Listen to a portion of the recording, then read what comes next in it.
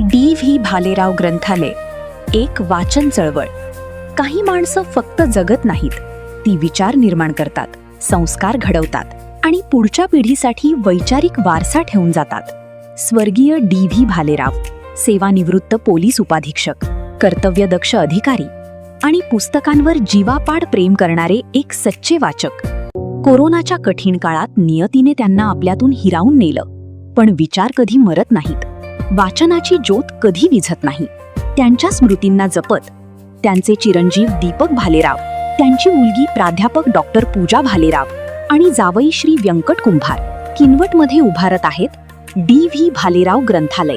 हे केवळ ग्रंथालय नसेल, हे असेल विद्यार्थ्यांचे प्रेरणास्थान, स्पर्धा परीक्षांचे अभ्यास केंद्र आणि तरुणाईसाठी विचारांचं व्यासपीठ.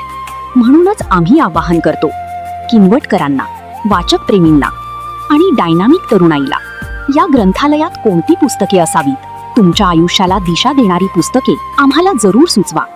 चला एकत्र येऊया, वाचन संस्कृती जपूया आणि पुढील पिढी समृद्ध करूया.